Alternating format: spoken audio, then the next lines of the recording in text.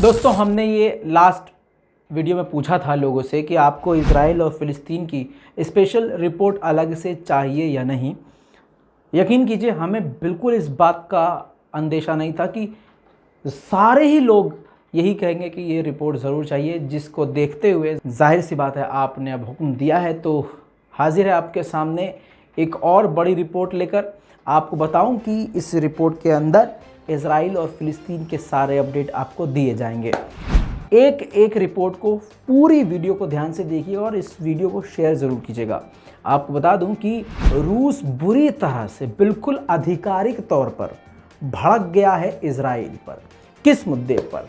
अल जजीरा की पत्रकार को कत्ल करने के मैटर पर मारिया ज़खारोवा यानी रूस के विदेश मंत्रालय की प्रवक्ता ने लंबा चौड़ा बयान देते हुए इजराइल पर आक्रामक हुई हैं। आपको बता दूं कि मारिया ज़खारोवा ने कहा कि बहुत ऐसे कम देश हैं जिन्होंने इनकी मौत, यानी जो पत्रकार हैं उनकी मौत को दुख के साथ सुना और दुख व्यक्त किया। ऐसे बहुत सारे कम चैनल हैं जिन्होंने इनकी खबर को कवर किया। ये इजराइल का जुल्म है और इजराइल फ़िलिस्तीनियों पर लगातार इसी तरह से हमले कर रहा है, ये इस बात की दलील है। मारिया ज़खारोवा ने यह भी कहा कि ये जो तस्वीरें हमने देखी हैं, मैंने अपनी ज़िंदगी में ऐसी तस्वीर नहीं देखी कि कोई देश किसी देश के पत्रकार के साथ ऐसा कर सकता है। मारिया ज़खारोवा ने आगे ये भी कहा कि ये जो हुआ है ये एक आपदा है, ये बहुत बड़ा आतंक है। मारिया ज़खारोवा ने कहा कि अल जजीरा की पत्रकार शरीन अपने कर्तव्य को पूरा कर रही थी। वो अपना काम बड़ी ईमानदारी से जेनिन में कर रही थी, जिनको इजराइल ने जानबूझकर निशाना बनाया और उनको कत्ल कर दिया। ये पहली बार नहीं है, ऐसा फ़िलिस्तीनियों के साथ लगातार होता रहता है जो बर्दाश्त के काबिल नहीं है। साथ में रूस के विदेश मंत्री सर्गेई लावरोव ने ओपन इन्वेस्टिगेशन की मांग की है कि सीधा सीधा इसका खुल्लम खुल्ला इन्वेस्टिगेशन किया जाए और दुनिया के सामने रिजल्ट रखा जाए। उन्होंने इस बात पर जोर दिया कि जो उनके फ्यूनरल पर हुआ, यानी जो उनकी अंतिम यात्रा पर हमला हुआ, वो भी ज़िंदगी में हमने पहली बार देखा कि किसी की शव यात्रा पर इस तरह से हमला किया जा सकता है। मॉस्को में खुद रूस के विदेश मंत्री सर्गेई लावरोव फ़िलिस्तीन की अथॉरिटीज़ से, यानी ऑफिशियल से मिले हैं, जिसके बाद उन्होंने ये मांग रखी है कि खुल्लम खुल्ला दुनिया के सामने इस कांड की जांच की जाए।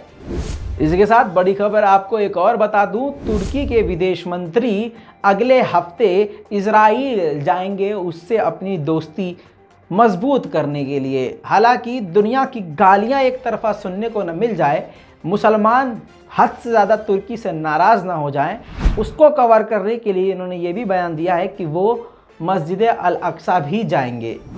साथ में इजराइल ने एक रिपोर्ट जारी करके कासिम सुलेमानी का खौफ आज भी जता दिया है। कासिम सुलेमानी वो जिन्हें अमेरिका और इजराइल ने मिलकर उनकी पीठ पर धोखे से रात के अंधेरे में ड्रोन से हमला करके इराक की राजधानी बगदाद में कत्ल करवा दिया था। आपको बता दूं कि अब इजराइल ने कहा है कि उनके पोते, यानी कासिम सुलेमानी के पोते, ईरान के हथियार, यानी ईरान से हथियार लेबनान लेके जाते हैं और हिजबुल्लाह को देते हैं।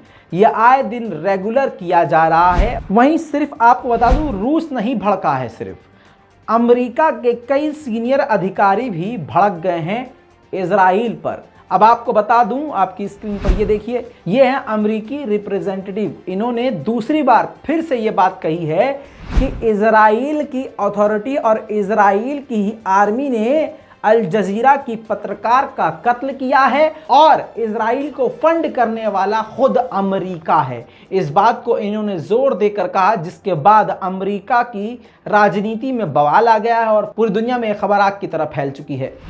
उन्होंने आगे ये भी कहा कि हम एज अ अमेरिकी ये बर्दाश्त नहीं कर सकते कि हमारे रिसोर्सेज, हमारे टैक्स के पैसों से किसी देश में आम नागरिकों और पत्रकारों पर जुल्म किया जाए। इजराइल की बौखलाहट आप कुछ इस प्रकार से देख ही रहे हैं कि कल अपना ही ड्रोन ससुरे ने मार गिराया। अब गाज़ा स्ट्रिप पर जो गाज़ा के आम लोग हैं, जो मछली मारते हैं, मछुआरे हैं, उनको भी देखकर न जाने क्या सोचकर उन पर भी फायरिंग शुरू की। हालांकि किसी के मारे जाने की खबर नहीं है, लेकिन ये इंटरनेशनल लॉ का उल्लंघन है।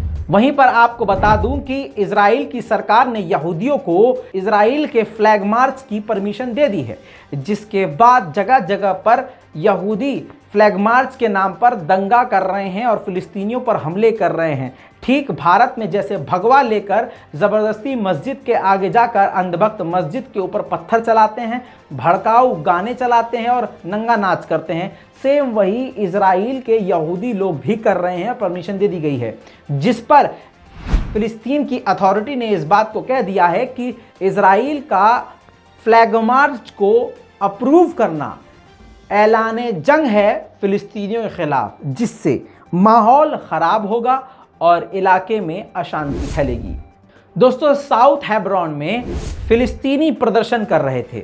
जुमे का दिन था, शांति से प्रदर्शन हो रहा था, जिस पर इजराइल ने हमला कर दिया।